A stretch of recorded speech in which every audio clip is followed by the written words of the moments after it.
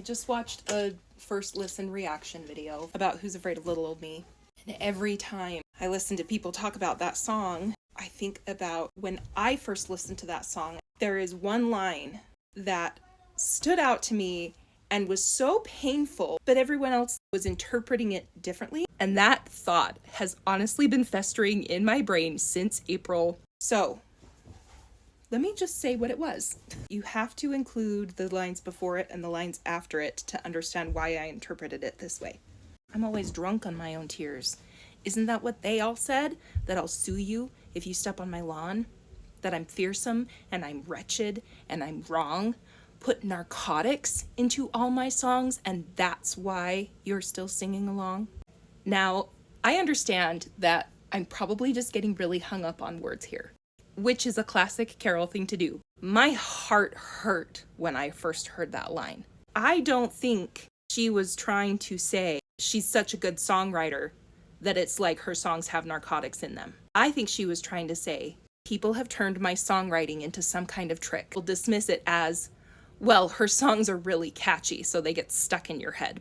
And the only reason that people keep listening to and keep liking my music is because I've tricked them somehow. I put a drug in them to make them addictive.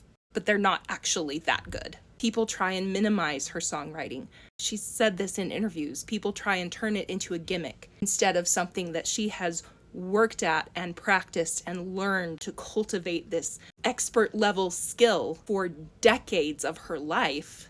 I was like 23 and people were just like kind of making slideshows of like my dating life and putting people in there that I'd sat next to at a party once and deciding that my songwriting was like a trick rather than a skill and a craft. In a way, it's figuring out how to completely minimize that skill.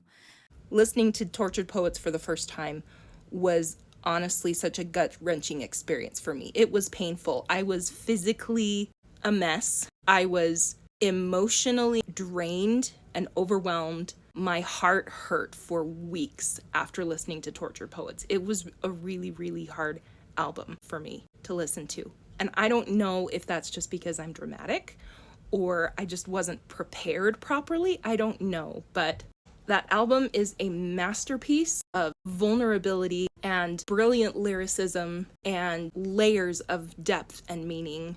Taylor Swift is the songwriter of our generation, and you will never be able to convince me otherwise. She's one of a kind, and I am just so grateful to be alive at the same time as her.